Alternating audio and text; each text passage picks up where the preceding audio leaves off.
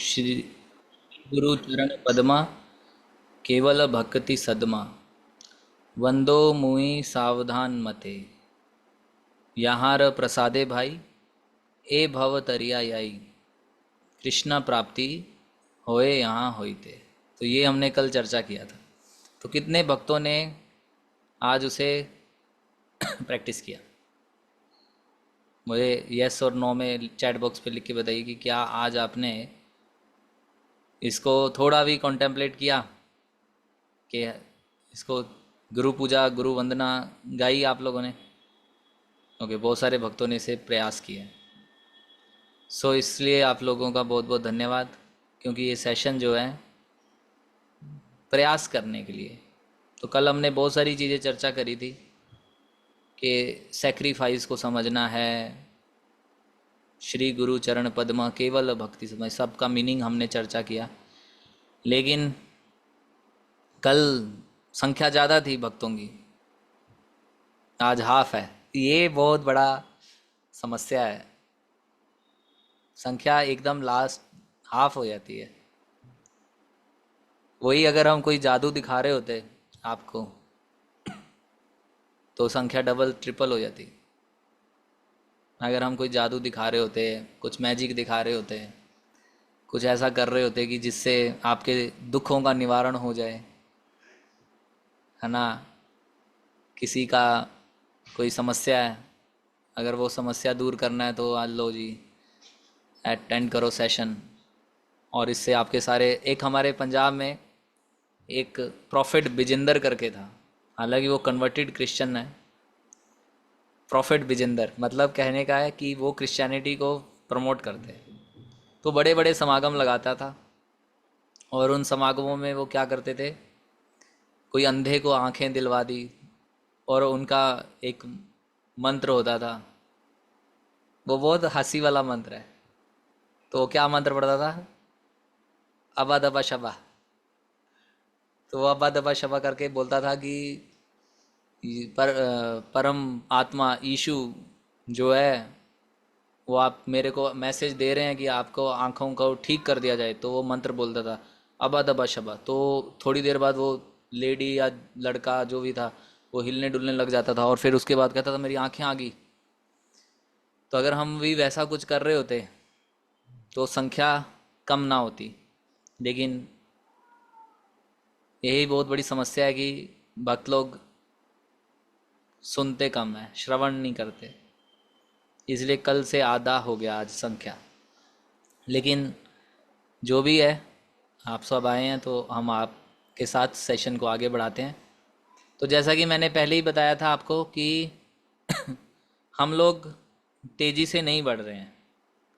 कल हमने कुछ चीज़ें चर्चा करी, आज भी कुछ चीज़ें चर्चा करेंगे, और इस सेशन को थोड़ा रन करेंगे। होने दीजिए एक दो सेशन, ज़रूरी नहीं कि दो सेशन में ही कंप्लीट कर दो, बस थोड़ा वक्त लेंगे, क्योंकि टॉपिक बहुत बड़ा है। तो इसलिए आप सभी धैर्य बना के रखिए। जो लोग सिंसियरली आना चाहते हैं क्लास में तो उनका तो स्वागत ही है, लेकिन टाइम लगेगा। मैं ये कहना चाहूँगा कि इसमें टाइम लगेगा।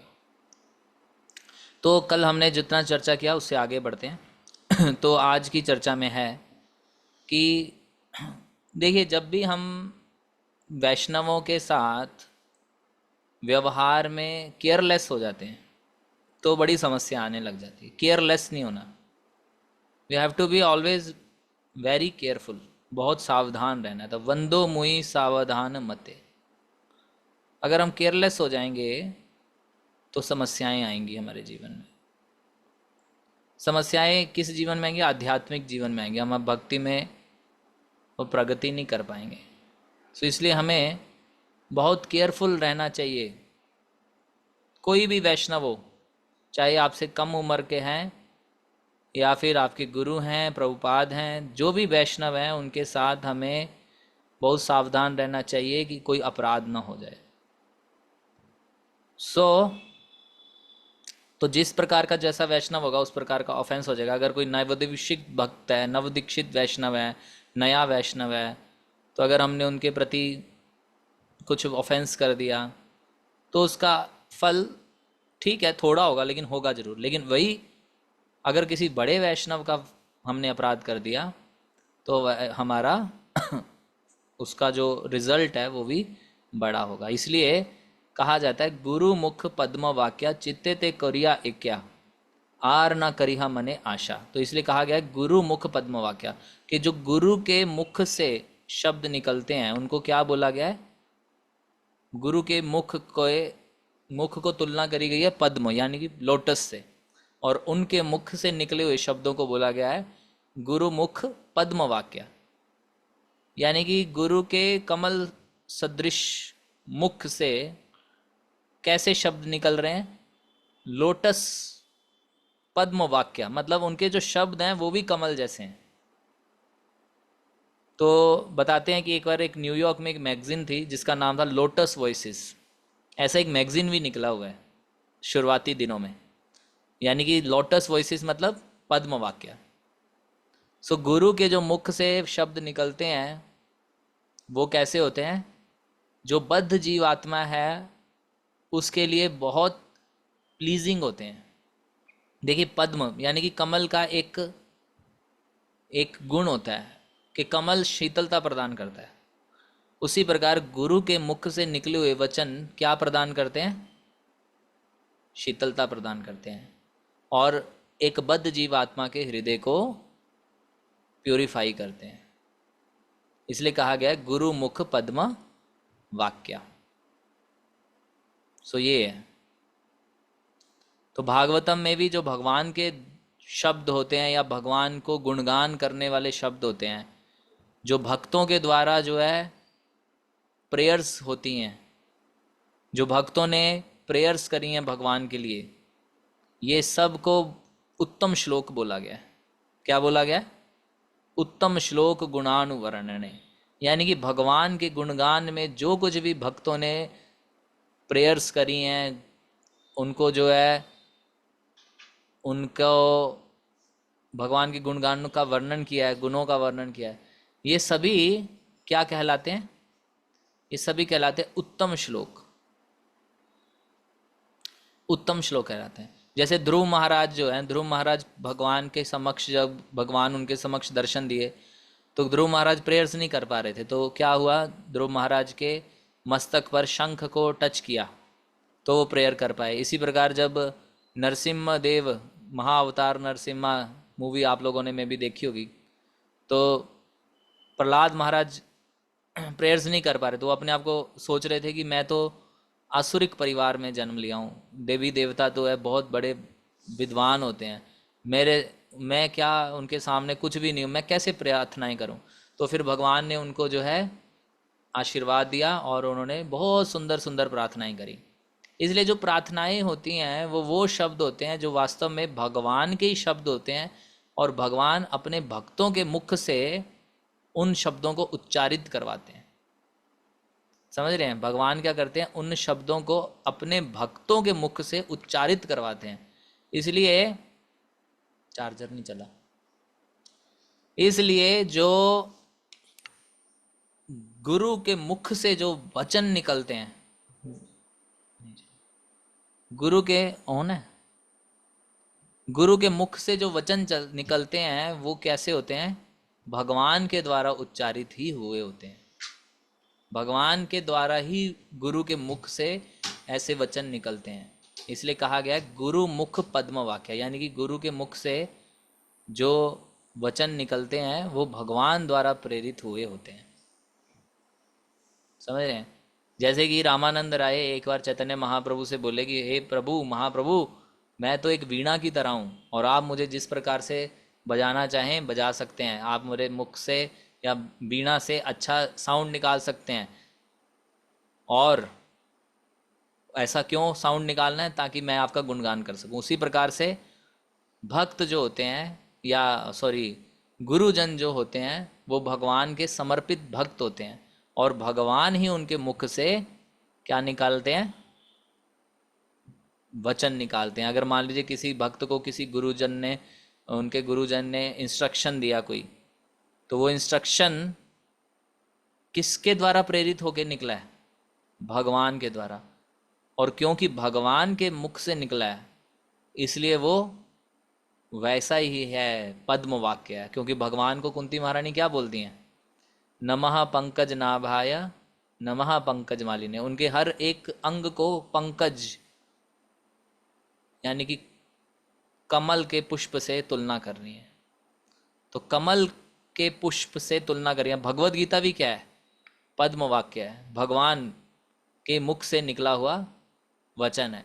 और गुरु के मुख से निकला हुआ वचन भी कैसा होता है? भगवान द्वारा प्रेरित होता है। इसलिए गुरु के मुख से निकले हुए वचन को भी गुरु मुख पद्म वाक्य। इसलिए हमें हमेशा क्या करना चाहिए? कंटेम्पलेट करना चाहिए कि गुरु ने हमें क्या क्या शिक्षाएं दी हैं।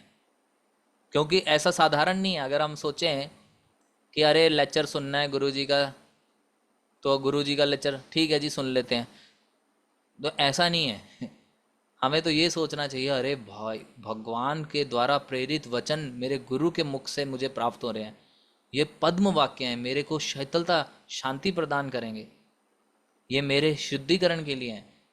इसलिए हमें गुरु के द्वारा जो वचन है उनको बहुत मतलब सावधानी पूर्वक और बहुत ही निष्ठा के साथ श्रवण करना चाहिए। ये नहीं सोचना चाहिए कि अरे साधारण शब्द हैं, या ठीक है हर बार गुरुजी अब जब भी क्लास देते हैं अरे हर बार यही एक ही तो चीज़ बताते हैं। जैसे कई बार कोई हर बार महाराज जी क्लास देने आए, मान लीजिए हर जगह भी क्लास दे रहे हैं, तो वही तो बता रहे हैं, हर सेम ही चीज़ बताते हैं, ये तो मुझे पता है। मान लीजिए यात्रा में गए आप, हम एक एग्जांपल देते हैं आपको। आप पंढरपुर मान लीजिए व्यास पूजा में जा रहे हैं तो आप देखेंगे कि प्राय महाराज अपने बचपन का वृतांत जरूर सुनाते हैं कि मैं कैसे इस्कॉन में जुड़ा। तो बताते हैं मेरा नाम पहले रघुनाथ पाटिल था, या जो फिर उसके बाद ऐसा ऐसा। तो कोई वक्त सोच सकता है कि हर बार एक ही चीज़ सुनाते हैं, नहीं, वो पद्म वाक्य है। तो गुरु के मुख से निकला हुआ हर एक शब्द क्या है? पद्म वाक्य है। तो हमें ये सोचना चाहिए कि ये जो वचन है ये मुझे क्या प्रदान करेंगे? मेरे लिए शीतलता प्रदान करेंगे। मैं जल रहा हूँ। एक जब हम छोटे थे तो एक गीत आता था, वो फिल्मी गीत नहीं था लेकिन एक भजन के रूप में गाया जाता था। वो था जैसे जलती हुई, कुछ ऐसे ही सॉन्ग था, मुझे याद नहीं आ रहा।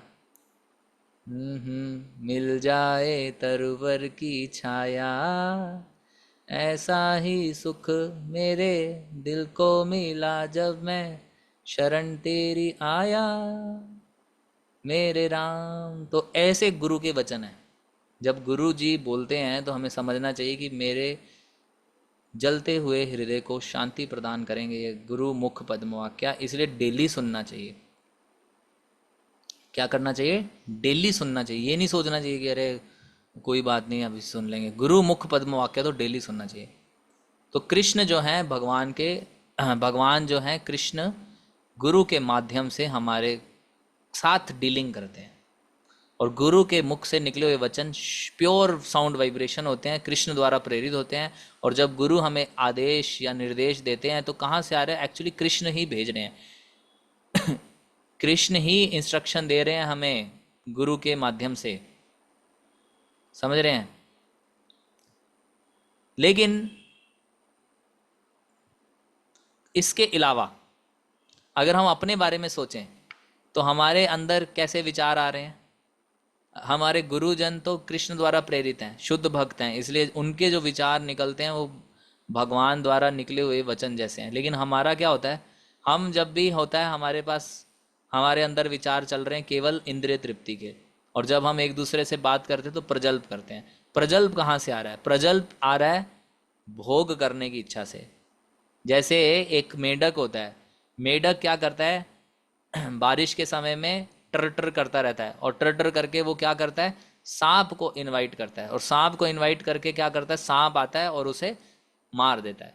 तो हमारे अंदर जो भोग प्रवृत्ति के कारण जो हम कर रहे हैं वो तो भोग प्रवृत्ति के कारण कर रहे हैं, लेकिन जो गुरुजन जो बोलते हैं वो कृष्ण द्वारा प्रेरित होता है। इसलिए बोला गया गुरु मुख पद्म वाक्य।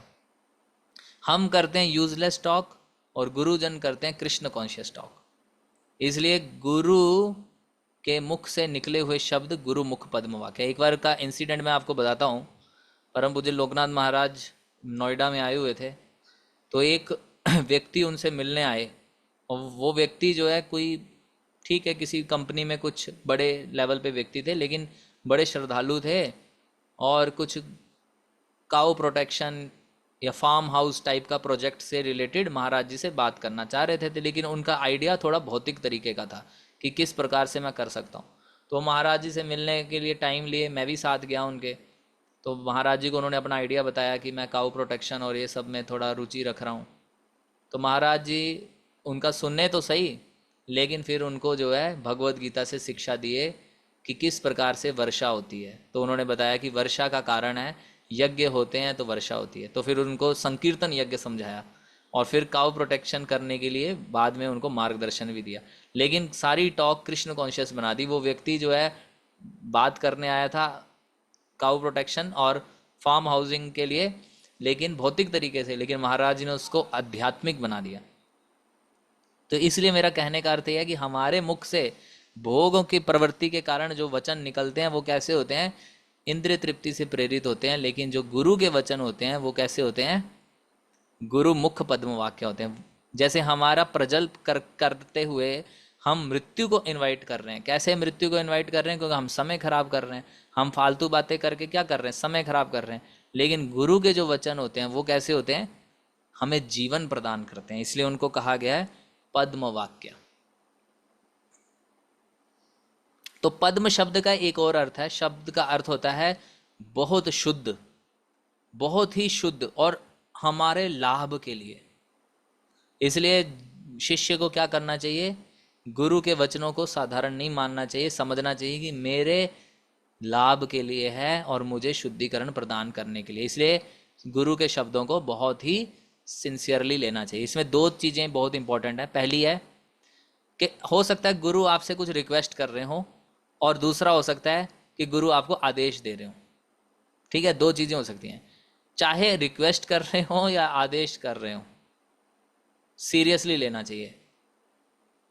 तो कैसे हम समझ सकते हैं, सो ऐसा कहा गया है कि कृष्णा भी बहुत लालायित रहते हैं अपनी शुद्ध भक्तों की सेवा करने के लिए। क्यों, क्योंकि जो शुद्ध भक्त होते हैं उन्होंने भगवान के लिए बहुत कुछ किया होता है, और शुद्ध भक्त ने बहुत त्याग किया होता है, अपना तक त्याग कर दिया होता है। इसलिए भगवान उसकी सेवा करने के लिए भी तत्पर रहते हैं, है ना। हालांकि भगवान जानते हैं कि मेरे शुद्ध भक्त को कोई इच्छा नहीं होगी, अन्य अभिलाषिता शून्यम है वो, फिर भी भगवान वेट करते रहते हैं ऐसा मौके की कि जब वो मौका मिले मेरा भक्त कुछ इच्छा व्यक्त करे और मैं उसको पूरी करूं। सो इस प्रकार से हम देखते हैं कि भगवान के जो भक्त होते हैं वो तो भगवान की इच्छा पूरी करने के लिए लगे रहते हैं, और कभी कभी अगर शुद्ध भक्त भी कुछ भगवान से कुछ इच्छा व्यक्त कर देता है तो कृष्ण भगवान जो है उसकी इच्छा पूरी करते हैं। इसी प्रकार शीला प्रभुपाद जी कहते हैं जब वृंदावन मंदिर के बारे में, कि एक भक्त ने सोचा कि बहुत सुंदर यहाँ पे राधा कृष्ण का मंदिर हो, कृष्ण बलराम का मंदिर हो। तो प्रभुपाद जी कहते हैं कि अब यहाँ पे एक सुंदर मंदिर आ गया है। इसलिए जब भक्त इच्छा करता है तो भगवान उस इच्छा को पूरी करते हैं, क्योंकि भगवान का ऐसा स्वभाव है। और भगवान की अपने आप में कोई इच्छा नहीं होती, क्योंकि भगवान तो आत्मा राम है, भगवान टोटली सेटिस्फाइड है। भगवान को हम सुंदर सुंदर वस्त्र आभूषण अर्पण करते हैं, हम उनको फल अर्पण करते हैं, बहुत सारे फूड्स अर्पण करते हैं, सुबह सुबह मॉर्निंग में बहुत सी चीज़ें आइटम्स अर्पण करते हैं, और पूरे दिन भर 6 प्रकार की आइटम्स ऑफर करते हैं। लेकिन भगवान को ये सब नहीं चाहिए। तो फिर हम क्यों ऑफर करते हैं, क्योंकि इसमें हमारा ही लाभ है। क्योंकि जब हम ये सब चीज़ें ऑफर करते हैं प्रेम के साथ तो हमारा हृदय भी शुद्ध हो जाता है, और इसमें हमारा ही लाभ होता है। तो भगवान को ये सब तो नहीं चाहिए, क्योंकि वो तो अन्नदाता है, वो ही सब कुछ प्रदान करने वाले हैं तीनों जगतों को। उन्होंने ही हमें वस्त्र दिया है, उन्होंने ही हमें सब कुछ प्रदान किया, वो सब चीज़ों के सोर्स हैं। और उनको कुछ भी अर्पण करना उसी प्रकार है जैसे गंगा के जल में गंगा को जल को ही अर्पण करना। तो उसी प्रकार से जो है, अगर गुरुजन हमसे, कभी कभी हमको लगेगा कि अरे गुरु मेरे को ऑर्डर कर रहे हैं या फिर गुरु मेरे को रिक्वेस्ट कर रहे हैं। कई बार आपने देखा होगा गुरुजन रिक्वेस्ट भी करते हैं अपने डिसाइपल को कि आप ऐसा कीजिए, और कई बार आदेशात्मक रूप में भी वर्णन बोलते हैं कि आपको ऐसा करना चाहिए। शिष्य को क्या सोचना चाहिए, ये सभी शब्द जो है गुरु मुख पद्म वाक्य हैं, इनको सीरियसली लेना चाहिए। ऐसा नहीं सोचना चाहिए, अब मान लीजिए भगवान इच्छा कर रहे हैं कि मेरे भक्त की मैं सेवा करूं, तो इसको चीपली नहीं ले लेना चाहिए। ऐसा नहीं सोचना चाहिए कि देखो मैं महान हो गया ना। मैं कई बार भक्त शिष्य इस अहंकार में आ सकते हैं कि गुरुजी ने मेरे को रिक्वेस्ट किया। ऐसा नहीं सोचना चाहिए। ना हमें ये सोचना चाहिए कि गुरुजी मुझे ऑर्डर किए मैं विशेष हूँ। हमें ये सोचना चाहिए कि ये मेरी कृपा है कि गुरुजी मुझे सेवा में लगा रहे हैं। हालांकि गुरुजन बहुत सेंसिटिव होते हैं, वो आदेशात्मक रूप में सबको नहीं आदेश करते। कल हमने जाना था कि जो कपूर जैसे भक्त होंगे, कपूर मतलब कैम्फर जैसे भक्त होंगे, वैसे भक्तों को पर्सनल इंस्ट्रक्शंस देते हैं गुरुजन। तो हमारे अंदर योग्यता होनी चाहिए। लेकिन जो भी है, हमें ये नहीं सोचना चाहिए कि मैं महान हूं गुरु से।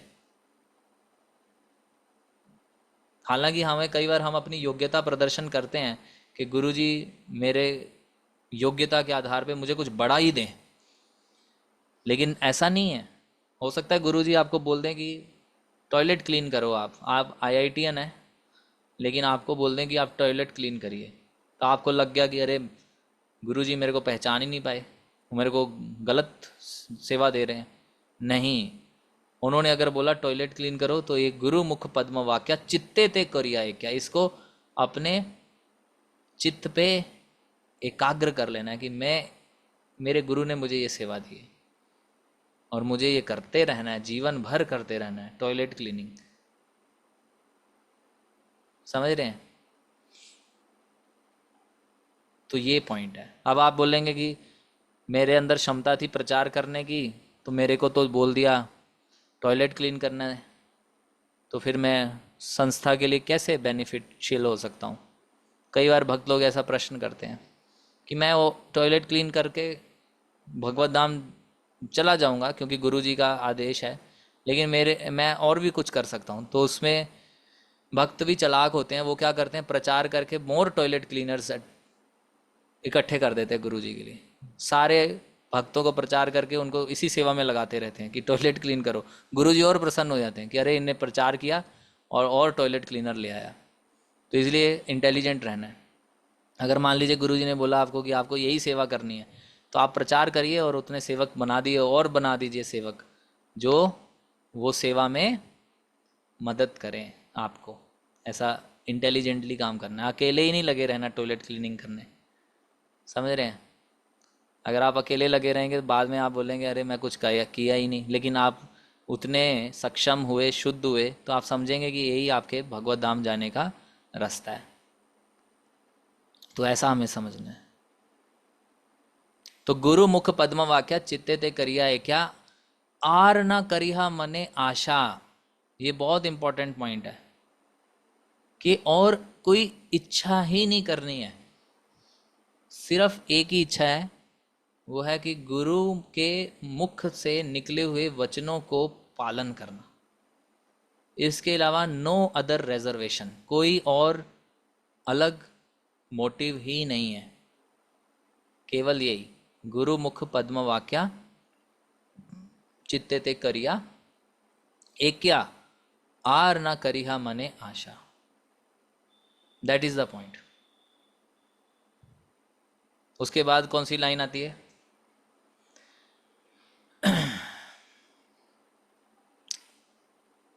श्री गुरु गुरु मुख पद्म वाक्या चित्ते ते करिया है क्या, आर न करिहा मने आशा। ये प्रसाद थोड़ा कोई भक्त गाते हैं तो याद आ जाता है। बताएंगे कोई आगे क्या लाइन है? गुरुमुख पद्मा वाक्या चित्ते करिया क्या आर न करी हमने आशा श्री गुरु चरणे रति ऐसे उत्तम गति ये प्रसादे पूरे सर्व आशा। Very nice. तो इस प्रकार से हमें सोचना है कि गुरु के मुख के द्वारा, मुख से निकले हुए पद्म वाक्य को अपने चित्त पे एकाग्र करना है। ठीक है जी। तो कई बार क्या होता है, तो हम लोग ये चर्चा कर रहे थे कि गुरु कई बार रिक्वेस्ट करते हैं और कई बार जो है क्या करते हैं, ऑर्डर देते हैं, आदेश देते हैं। तो जो भी हो, अपने आप को सौभाग्यशाली मानना चाहिए और क्या करना चाहिए, उस इच्छा को, उस रिक्वेस्ट को या फिर उस डिज़ायर को पूरा करना चाहिए। एक बार प्रभुपाद जी मॉर्निंग वॉक पे थे और प्रभुपाद जी जब मॉर्निंग वॉक पे जाते थे तो वो कई बार भक्तों को बोलते थे, 6-6:30 बजे जाते थे, तो भक्तों से पूछते थे क्या सही है, क्या हम लोग मॉर्निंग वॉक चल सकते हैं। उसी तुरंत 20 डिसाइपल्स जो हैं दौड़े दौड़े आते और प्रभुपाद जी के साथ चलना शुरू कर देते। तो प्रभुपाद जी ऐसा हम हमेशा किया करते थे और प्रभुपाद जी अपने शिष्यों के प्रति बड़े दयालु थे। कि ऐसा कहा जाता है कि प्रभुपाद जी जब घर पे रहते थे या भक्तों के बीच में मंदिर में रहते थे तो एक मेमने की तरह होते थे, बड़े ही सॉफ्ट। लेकिन जब प्रचार के लिए जाया करते थे तो कैसे होते थे, एकदम शेर की तरह होते थे। तो इसी प्रकार से जब हम लोग प्रचार के लिए जाते हैं तो हमें भी उन्हीं की तरह, शेर की तरह होना चाहिए। लेकिन जब हम भक्तों के बीच में रहते हैं तो एक मेमने की तरह होना चाहिए। तो शिष्य कह सकते हैं, प्रभुपाद आप हमसे पूछते क्यों हैं क्या क्या हम चलें, आप तो हमें आदेश दीजिए क्या कि आओ चलो चलो मेरे साथ, तो फिर हम आपके साथ हो जाएं। लेकिन आप ऐसा पूछते क्यों हैं, क्यों आप हमसे रिक्वेस्ट करते हैं। लेकिन प्योर डिवोटी की जो रिक्वेस्ट है उसको एक ऑर्डर की तरह लेना चाहिए शिष्य को। अगर मान लीजिए प्रभुपाद जी बोल रहे हैं क्या हम सैर करने चलें, तो वो भक्तों से मान लीजिए ऐसा रिक्वेस्ट की फॉर्म में बोल रहे हैं, लेकिन शिष्य को उसको ऑर्डर की तरह ही मानना चाहिए और बड़ा सिंसियरली लेना चाहिए। इसलिए एक डिवोटी को बहुत ही अटेंटिव रहना चाहिए अपने मास्टर, स्पिरिचुअल मास्टर के प्रति, उनके शब्दों को सुनने के प्रति। इसलिए जब भी हम लोग कई बार गुरु महाराज जी से मिलने जाते हैं तो कॉपी पेन लेके जाते हैं कि कोई चीज़ मिस ना हो जाए, कोई ऐसा पॉइंट मिस ना हो जाए, कोई बात मिस ना हो जाए। तो जैसे गुरुजन होते हैं जो जब वो बोलते हैं, अपनी इच्छा व्यक्त करते हैं, तो वास्तव में वो भगवान की इच्छा है, ऐसा समझना है। इसलिए बड़े सावधानी पूर्वक, ध्यान पूर्वक लेना चाहिए। और अगर स्पिरिचुअल मास्टर शिष्य को ऑर्डर देते हैं कि मेरा ये आदेश है, मेरा आपको ये निर्देश है, या मेरी ये प्रिस्क्रिप्शन है आपके लिए, उस प्रिस्क्रिप्शन को बहुत ही सीरियसली लेना चाहिए, क्योंकि वो हमारे लाभ के लिए बोली गई है। एक गुरु जो है एक्सपर्ट डॉक्टर की तरह होते हैं, जो जानते हैं कि प्रत्येक मेरे शिष्य के लिए कौन सी दवाई बेस्ट रहेगी, और वो हर शिष्य को अलग अलग दवाई देते हैं। क्यों वो क्यों क्यों ऐसा करते हैं कि अलग अलग दवाई, क्योंकि वो जानते हैं मेरा शिष्य कैसे प्रगति करेगा, क्योंकि वही केवल जानते हैं। किसी और के लिए हो सकता है वो कुछ और बोले, लेकिन वो सभी को हो सकता है, मान लो किसी को बोलें तुम बर्तन धो, किसी को बोलें तुम इस सेवा करो, इसके अंडर में रहो, इत्यादि इत्यादि। किसी को बोलेंगे तुम प्रचार करो, किसी को बोलेंगे तुम प्रचार मत करो। और हो सकता है अलग अलग शिष्यों को अलग अलग प्रकार की इंस्ट्रक्शन दें, लेकिन हमें उसको इंटरप्रेट नहीं करना चाहिए खुद से कि अरे मेरे को ऐसा क्यों बोला, ऐसा क्यों बोला। तो इस तरीके से हमें जो है गुरु के शब्दों को बहुत ही ध्यानपूर्वक लेना चाहिए। तो इसमें एक स्टोरी आती है दाशरथी की। दाशरथी को रामानुजाचार्य ने ऑर्डर दिया कि आप, क्योंकि दाशरथी जी बड़े बड़े विद्वान थे, लेकिन उन्होंने एक बार रामानुजाचार्य से पूछा कि मुझे जो सर्वधर्मान परित्यज्य श्लोक का अर्थ समझाइए। तो रामानुजाचार्य बोले कि उसको समझने के लिए योग्यता चाहिए। तो बोले क्या करना होगा, तो उनको बोले रामानुजाचार्य कि आप जाओ एक गांव में और इस परिवार के जाके नौकर बन जाओ। तो उन्होंने अपने गुरु की आज्ञा का पालन किया और वो जो है वहाँ पे जाके प्रतिदिन जो है बर्तन धोया करते थे, पानी लाया करते थे, बड़ी निम्न सेवाएं किया करते थे। और इस प्रकार से बड़ा शुद्धिकरण भी हो रहा था उनका, है ना। इस प्रकार से हम समझ सकते हैं कि गुरु का जो आदेश है वो शिष्य के भलाई के लिए होता है। उसी प्रकार एक बार एक गुरु ने और उनके शिष्य को, जो कि एक किसान था, बहुत पढ़ा लिखा नहीं था, उसको बोला कि आप लेक्चर दो, कीर्तन लीड करो। तो इस प्रकार से हम देख सकते हैं बहुत सारे लोग कृष्ण भावनामृत में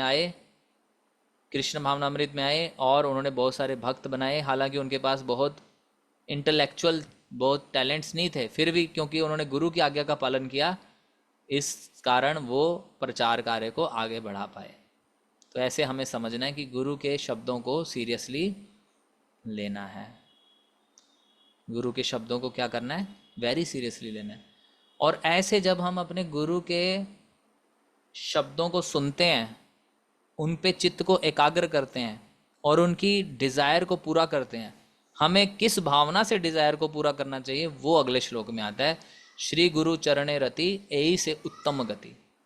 वास्तविकता में हम अपने गुरु के आदेशों का कब पालन कर सकते हैं, जब हम ये कंटेम्पलेट करेंगे कि मेरे गुरु अपने गुरु की डिज़ायर को कैसे फुलफिल कर रहे हैं, मेरे गुरु का अपने गुरु के प्रति कितना डीप कनेक्शन है, उसको जब हम समझेंगे तो हमें हमारे गुरु के चरणों के प्रति अटैचमेंट हो जाएगा।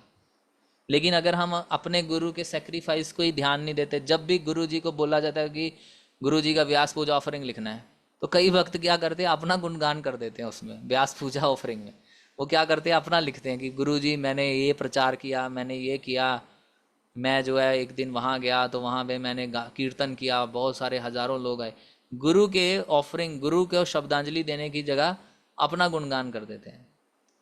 लेकिन इससे हमारा डीप अटैचमेंट गुरु के प्रति नहीं होगा, इससे केवल हम अपने अहंकार को पोषण दे देंगे। इसलिए आप लोग व्यास पूजा ऑफरिंग पढ़िए गुरु महाराज के, अपने अपने गुरुजनों के, जो भी जिनसे भी आप दीक्षित हैं, उनके प्रभुपाद को लिखे हुए ऑफरिंग्स पढ़िए।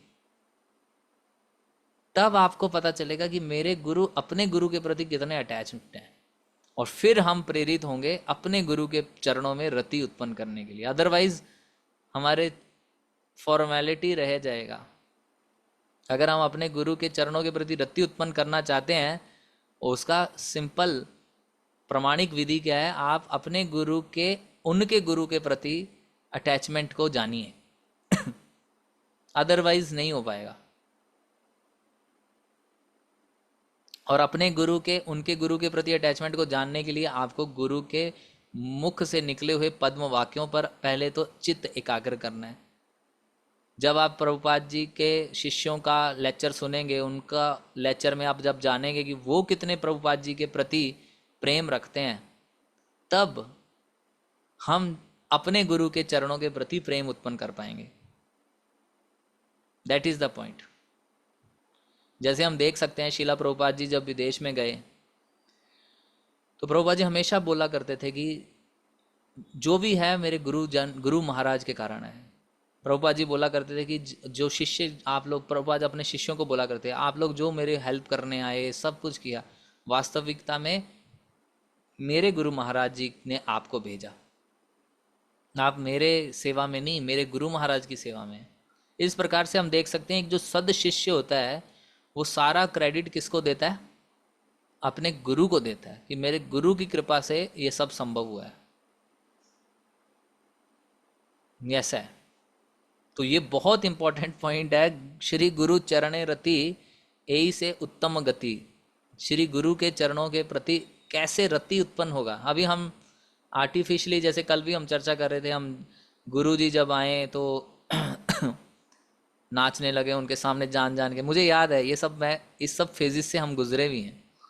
जब हम 2014 में नए नए ज्वाइन किए थे, तो हम उस समय येलो ड्रेस में थे। तो जब हम ज्वाइन किए तो महाराज जी आए, तो हम जान, हालांकि वो उत्साह भी ठीक है, ऐसा नहीं बोल रहे वो गलत है, लेकिन आज आज की डेट में जब हम वो सोचते हैं तो हमें पता चलता है कि वो हम नाच रहे थे जान जान के गुरुजी के समक्ष। वो इसलिए कि हम इसलिए नहीं नाच रहे थे गुरुजी प्रसन्न होकर कृपा करें, इसलिए नाच रहे थे कि मैं बहुत अच्छा भक्त हूँ, आप मेरे को पहचानिए, आप मेरे को जानिए कि ये बढ़िया भक्त हैं। इसलिए कई बार हम गुरु को प्रसन्न नहीं करना चाह रहे होते, लेकिन दिखावा करते हैं ताकि हमारे ख्याति बढ़े भक्तों में। तो प्राय हम कई बार देखे हैं कि जब गुरु जी आते हैं तो सेल्फी लेना, फ़ोटो खिंचवाना, वो एक अच्छा चीज़ है कि आप कुछ मेमोरी रखना चाह रहे हैं, लेकिन उससे भी बढ़ के है कि हम उनके वाणी को पूरा करने में लग जाएं। तो मैं एक आपको रियल इंसिडेंट सुनाता हूँ। ये रियल इंसिडेंट बहुत इम्पोर्टेंट है मेरी लाइफ के लिए। वो ऐसा कि महाराज जी आया करते थे नोएडा में, और सभी भक्त उनका वेलकम करने के लिए पहुंच जाया करते थे। सब लोग कीर्तन करते थे, नाचते थे, हम भी कीर्तन नाचना सब करते थे। लेकिन महाराज जी जब आते थे तो प्राय मैं देखता था, मतलब ये मेरा पर्सनल है, किसी को मैं पॉइंट आउट नहीं कर रहा, तो मैं देखता था कि महाराज जी कुछ भक्तों को मिलते थे। तो हम मैं सोचता था कि मेरे जीवन में कब ऐसा समय आएगा कि महाराज मुझे मिलें या मुझे भी बुला के आशीर्वाद दें। तो मैं वेट करता था, और इसीलिए मैं सामने सामने जाया करता था कि मेरे ऊपर भी नज़र पड़े। तो काफ़ी समय हुआ ऐसा नहीं हुआ, मैं सोचता था कि यार हो नहीं रहा, मेरे को भी माला पहनाए, है ना। तो फाइनली मैंने सोचा कि अपेक्षा नहीं करना है, हम सेवा के लिए हैं, हम स्पेशल फेवर के लिए नहीं है। हमारा होना सेवा के लिए है, ना कि स्पेशल फेवर प्राप्त करने के लिए। तो उसके बाद क्या हुआ, उसके बाद मैंने जब भी महाराज जी आया करते तो मैं आगे आगे ना होके पीछे महाराज जी की कार से सामान उतार के उनके रूम तक पहुंचाने का काम करने लग गया कि हम आगे आगे, ठीक है आगे आगे वो नहीं रहेंगे, क्योंकि हम क्यों इच्छा कर रहे हैं कि कृपा हो, जब होनी होगी तो हो जाएगी।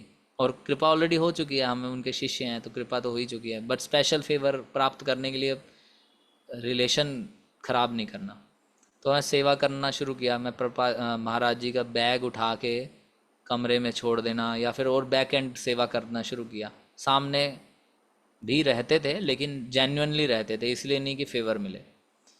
और फिर एक बार क्या हुआ, महाराज जी ऐसे ही नोएडा में एक बड़ा फंक्शन था, और महाराज पार्क में सभी डिवोटीज़ को देखने के लिए वापस उतरे। प्रोग्राम के बाद प्रसादम हो रहा था पार्क में, तो महाराज जी भी उतरे सीढ़ियों से नीचे, पार्क में विजिट किया, और उनके पीछे कई भक्त हो गए। जैसा कि प्राय होता है जब महाराज जी चलेंगे तो कुछ भक्त पीछे इसलिए हो जाते हैं कि हम भी कुछ स्पेशल हैं। तो मेरे को मन में आया कि चलो चलें, हम भी पीछे हों। लेकिन इस बार मेरा भाव था कि महाराज कुछ सेवा प्रदान कर सकते हैं।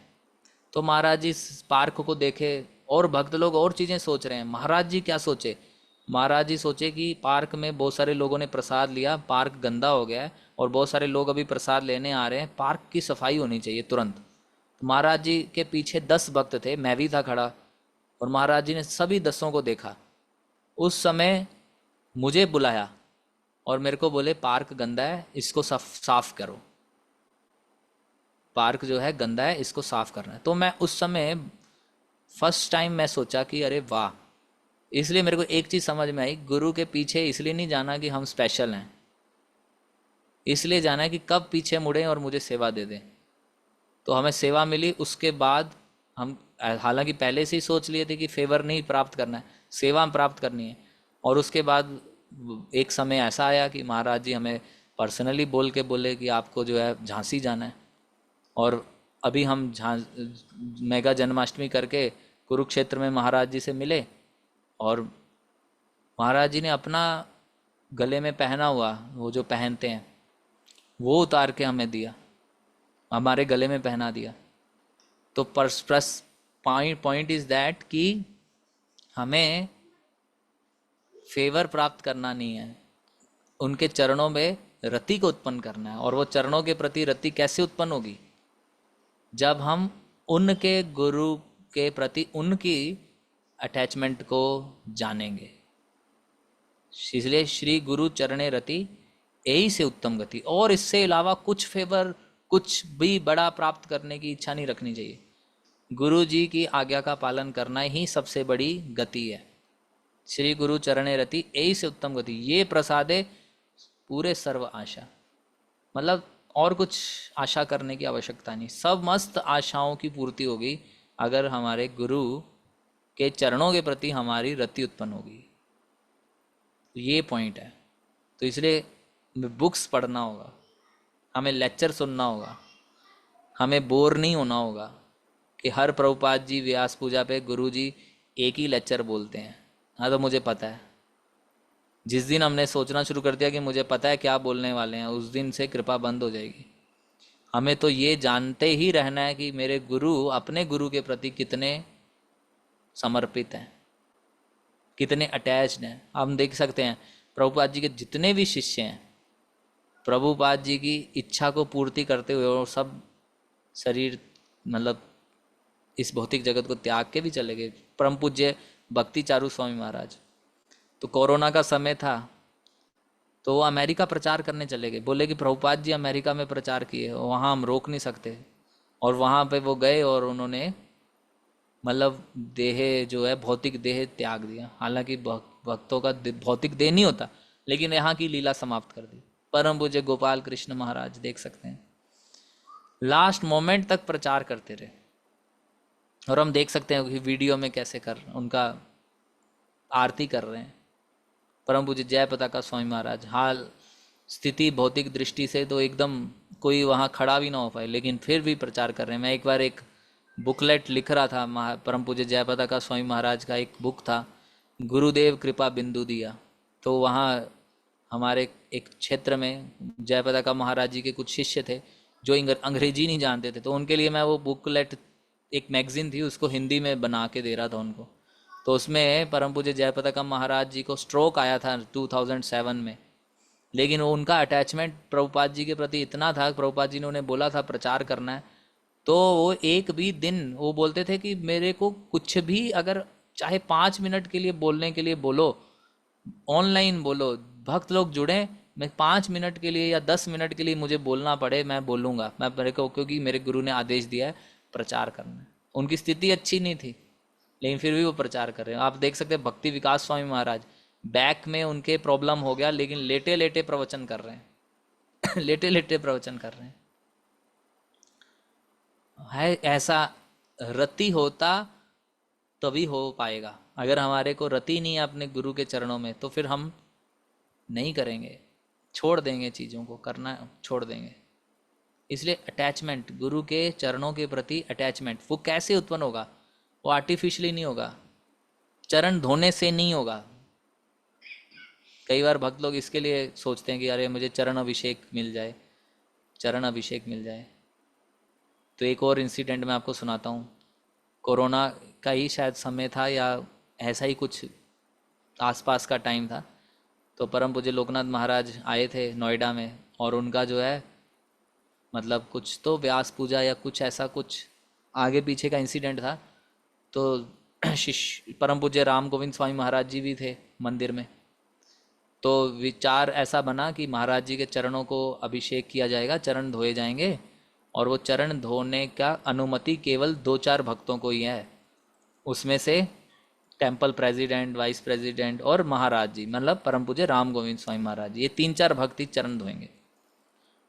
तो मैं राम गोविंद महाराज जी की सेवा किया करता था। जब भी वो नोएडा आते थे, उनका पर्सनल सेवा करना, कपड़े धोना, प्रसाद इत्यादि। तो हमें भी अनुमति नहीं थी। तो महाराज जी चरण धोए, चरण मतलब अभिषेक किया महाराज जी का, और वो अभिषेक का जल राम गोविंद स्वामी महाराज मेरे लिए ले आए और मेरे को छिड़क दिया स्पेशली। तो मैं बहुत प्रसन्न हुआ। तो हम देख सकते हैं कि वास्तविकता में, हालांकि ये तो एक एडिशनल स्टोरी थी, कहने का अर्थ ये है कि चरण अभिषेक ही मेरे को मिल जाए, इससे मेरी चरणों की रति हो जाएगी, ये नहीं है। चरणों की रति तब होगी जब हम अपने गुरु का उनके गुरु के प्रति सेक्रीफाइस को जानेंगे, तब हमारे को अपने गुरु के चरणों में रति उत्पन्न होगी कि मेरे गुरु ने क्या त्याग किया अपने गुरु के प्रति लिए। अभी आने वाले दिसंबर में 4 दिसंबर से 10 दिसंबर तक परम पूज्य लोकनाथ महाराज जी का गोल्डन जुबली, संन्यास गोल्डन जुबली, संन्यास का स्वर्ण महोत्सव है। 50 साल हो गए संन्यास लिए, तो 50 साल कोई, उसमें भी 75 में संन्यास हुआ, 2 साल बाद प्रभुपाद चले गए, और गुरु के जाने के बाद 48 साल संन्यास में रह जाना, तो उनकी डीप अटैचमेंट होगी ना प्रभुपाद जी के प्रति। आप देख सकते हैं प्रभुपाद जी को कितना प्रभुपाद कॉन्शियस है। सो गुरु, श्री गुरु चरणे रति, यही से उत्तम गति। और ये समस्त प्रकार की ये प्रसादे पूरे सर्वाशय, ये कृपा अगर प्राप्त हो जाए तो और कुछ भी प्राप्त करने की नहीं जरूरत है, सब हो गया पूरा, ऐसा है। सो इसलिए इस पे हमें कंटेम्पलेट करना होगा।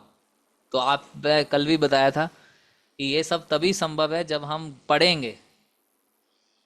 हमें प्रभुपाद जी के संबंधित पुस्तकें पढ़नी पड़ेंगी जो उनके शिष्यों ने लिखी हैं, बहुत सारी पुस्तकें हैं। अगर आप मतलब जिन भी गुरुजन के शिष्य, मेरे हिसाब से इस क्लास में बहुत सारे और भी डिसाइपल्स होंगे और अन्य गुरु के, तो आपने अपने गुरुजनों की पुस्तक पढ़िए, आप ऊपर जरूर लिखा होगा। नहीं है तो कोई बात नहीं, उनके लेक्चर सुनिए उनके लेक्चरों में प्राप्त करेंगे कि वो कैसे प्रभुपाद जी से कनेक्ट हैं, डीपली कनेक्ट हैं। तो ये हमें ध्यान देना है, इन सब चीज़ों को ध्यान देना है। सो ये मैंने आज 2 पैराग्राफ्स आपको पढ़ाए। गुरु मुख पद्म वाक्या चित्ते ते करियाए क्या, आर न करी हम अने आशा, श्री गुरु चरणे रति एई से उत्तम गति, ये प्रसादे पूरे सर्व आशा। सो अभी हम यहाँ पे आज के सेशन को विराम देंगे, और जब नेक्स्ट फ्राइडे और सैटरडे 2 दिन फिर से हम करेंगे ये सेशन, नेक्स्ट फ्राइडे सैटरडे, और उसके टाइमिंग्स के बारे में आपको बता दिया जाएगा, क्योंकि ये इमरजेंसी टाइमिंग्स थी। कल हम क्योंकि सफ़र करके आए थे तो तैयारी करने का समय प्राप्त करने के लिए शाम को किया। हो सकता है अगले 2 सेशन हम सुबह 7 बजे करें। सो आप लोग उसके लिए रेडी रहिएगा, आपको उसकी जानकारी ग्रुप में दे दी जाएगी। लेकिन अगले 2 जो सेशन होने वाले वो और भी इम्पोर्टेंट है, क्योंकि उसमें हम जानेंगे कैसे गुरु की करुणा हमारे हृदय को प्राप्त होती है, जिससे हमारे बंद नेत्र खुल जाएं। ऐसी कृपा हमारे ऊपर करते हैं, चक्षुदान दिलो यही जन्मे जन्मे प्रभु से ही। तो वो सब हम अगले सेशंस में 2 सेशंस और करेंगे। तो आज के सेशन में जो टेक अवे पॉइंट है वो ये है कि एक तो गुरु के सुनिए, गुरु को सबसे पहले तो, प्लस पढ़िए, उनके सेक्रीफाइस को पढ़िए अपने गुरु के प्रति, तब जाके हमारा हृदय बदलेगा। अदरवाइज हम नहीं बदल पाएंगे। हम पढ़ेंगे नहीं, सुनेंगे नहीं, फिर वही बने रहेंगे। बस गुरु पूजा में जाएंगे, वो भी अच्छी बात है, लेकिन हमें कुछ भी मतलब मीनिंग्स ही नहीं पता, भावना ही नहीं है। भावनाहीन रोबोट की तरह खड़े होके आरती करने से अच्छा है, रोबोट भी आरती करता है, जानते हैं आप? एक रोबोट भी आरती कर सकता है, क्योंकि वो कर सकता है, प्रोग्राम्ड हो गया, लेकिन उसके अंदर कोई भावना नहीं होगी। लेकिन इंसान और रोबोट में यही अंतर है, इंसान में भावना आ सकती है। और वो भावना कैसे आ सकती है? जब वो पढ़ेगा, गुरु के त्याग को जानेगा। तो यहाँ पे हम लोग रुकते हैं। किसी का कोई प्रश्न है तो वो पूछ सकते हैं, और या फिर कुछ आप शेयर करना चाहते हैं। कुछ जो चीज़ें मैंने पर्सनली अपनी बता दी हैं उसको बहुत ज़्यादा आप ख्याति मत फैलाइएगा, ऐसा मत बताइएगा कि ऐसा मैंने बोला। वो मेरा पर्सनल था, आप लोगों से शेयर किया। और अच्छे अच्छे एग्जाम्पल्स हैं, वो आप पढ़ेंगे सुनेंगे तो आपको प्राप्त होंगे। मेरा एग्जाम्पल उतना परफेक्ट नहीं है, लेकिन वो मेरे लिए ठीक था। तो आप लोग और एग्जाम्पल्स मेरे हिसाब से आपको अगले फ्राइडे तक आने से पहले जितना हमने आज तक सुना पढ़ा उसके संबंधित ये होमवर्क तो ज़रूर करना चाहिए कि आप ऐसे कुछ एग्जाम्पलरी एग्जाम्पल्स हों आपके पास, जिसमें आप ये बता सके कि कैसे हमारे गुरु अपने गुरु के प्रति समर्पित हैं। सो ये एग्जाम्पल्स को आप फाइंड आउट करिए, आइदर इन बुक्स, लेक्चर्स, ये सब।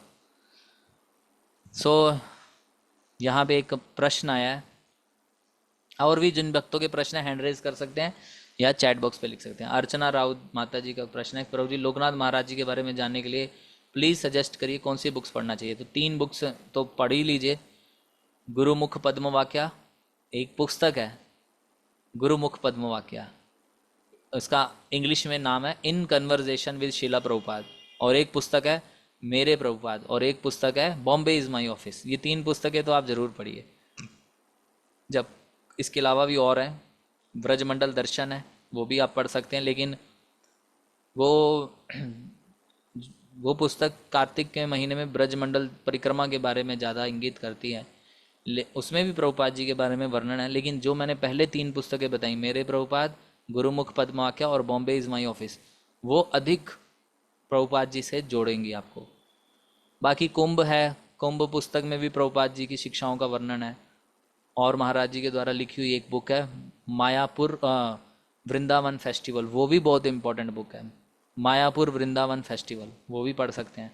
और एक पुस्तक है पदयात्रा, पदयात्रा पुस्तक भी पढ़ सकते हैं। सारी पुस्तकें पढ़ सकते हैं, लेकिन शुरुआत के लिए मैंने जो पहले 3 बताई वो इम्पोर्टेंट है। और किसी का कोई प्रश्न या टीका टिप्पणी या हैंड रेज करके पूछ सकते हैं अगर कोई आपका क्वेश्चन है आज के सेशन से संबंधित। बॉम्बे इज़ माई इंग्लिश में है, यस, हिंदी में नहीं है वो। कुंभ पुस्तक है, यस। तो ठीक है, अगर आपका कोई प्रश्न नहीं है तो आप लोग जो भी सीखे हैं आज उसको मनन कीजिए, और व्हाट्सएप ग्रुप में आपसे प्रद्युम्न कृष्ण प्रभु कुछ ना कुछ पूछेंगे, उसका रिप्लाई आंसर करिए। हरे कृष्णा, शिला प्रभुपाद की जय। हरे कृष्णा। थैंक यू प्रभु जी आज के लेक्चर के लिए। हरे कृष्णा। आवाज आ रही है मेरी आप सभी को? ओके, थैंक यू प्रभु जी आज के लेक्चर के लिए। जैसा प्रभु जी ने बताया कि हम ग्रुप्स में आपसे कुछ चीज़ें पूछेंगे, तो अभी नेक्स्ट क्लास होने में कम्प्लीटली पूरा वीक है एक। तो मैं डेली आपके लिए मतलब 1 घंटे में हम आप दिन भर में मतलब कुछ रीड कीजिएगा।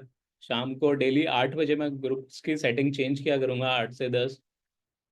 तो जो भी मतलब भी गुरु के शिष्य हैं, आप अपने गुरु के बारे में कुछ पढ़िएगा, और एक क्वालिटी डेली हम शेयर करेंगे अपने गुरु महाराज की, कि मैंने आज उनकी ये एक क्वालिटी मुझे बहुत अच्छी लगी, तो मुझे इससे बहुत ज़्यादा इंस्पिरेशन मिलती है, या मैं इसको अपने अंदर रेप्लिकेट करना चाहता हूँ, या ये बहुत ज़्यादा इंस्पायरिंग है कैसे मेरे गुरु महाराज ने श्रील प्रभुपाद जी को डेडिकेट किया। तो इस तरह हम डेली एक हैबिट अपने गुरु महाराज की शेयर करेंगे, तो इससे हम बहुत सारी चीज़ें सीख लेंगे अपने अपने गुरु महाराज के बारे में, और अन्य वैष्णवों के बारे में भी, जिन्होंने श्रील प्रभुपाद जी को बहुत अच्छे से समर्पण करके सर्व किया है। तो अब हम मिलेंगे नेक्स्ट क्लास में, अब तब तक एक हैंड रेज है, हैंड रेज है अकोला से पुण्य। पुण्य पुष्करनी माता जी। आप अनम्यूट कर सकते हैं माता जी। अ, हरे कृष्णा प्रभु जी, कल आप कोई क्लास के बारे में बता रहे थे कि आपने उसको मतलब जैसे रजिस्ट्रेशन किया है क्या? तो मैं वो थोड़ा जब ज्वाइन किया था तो समझ में नहीं आया मुझे। वो हाँ, बताइए कौन सा। Habit class formation. स्टार्ट होने के क्लास हैबिट स्टार्ट होने से पहले तो इन्होंने बताया होगा, प्रद्युम्न कृष्ण प्रभु ने। हैबिट फॉर्मेशन कोर्स के फॉर्मेशन बारे में। कोर्स होता है, और वो अभी नहीं चल रहा, जब आएगा तो आप ज़रूर अटेंड कीजिए, और वो इसकी जानकारी आपको मिलेगी। धन्यवाद। जी। हरे कृष्णा धन्यवाद। हम्म। उसकी डिटेल्स भी हम आपके साथ में शेयर करेंगे, और इसके अलावा प्रभुपाद लेक्चर हियरिंग कोर्स भी होता है, जिसमें प्रभुपाद जी के लेक्चर्स को सुनते हैं, तो वो वेनसडे और फ्राइडे होता है। तो अगर आप उसको भी ज्वाइन करना चाहते हैं तो आप मुझे कांटेक्ट कर सकते हैं व्हाट्सएप पे, और मे बी लिंक भी आपके साथ शेयर करेंगे, और ऑलरेडी बहुत सारे भक्त उसको ज्वाइन भी करते हैं। तो जो नहीं करते हैं वो उसका ग्रुप ज्वाइन कर सकते हैं, उसको ज्वाइन कर सकते हैं। और इसके अलावा अगर आपका कोई और डाउट हो या कंसर्न हो तो आप रीच आउट कर सकते हैं। We are willing to happy to serve you. अब हम मिलेंगे नेक्स्ट क्लास में, तब तक के लिए पूर्ण विराम लगाते हैं। जगत गुरु शीला प्रभुपाद की जय। हरे कृष्णा।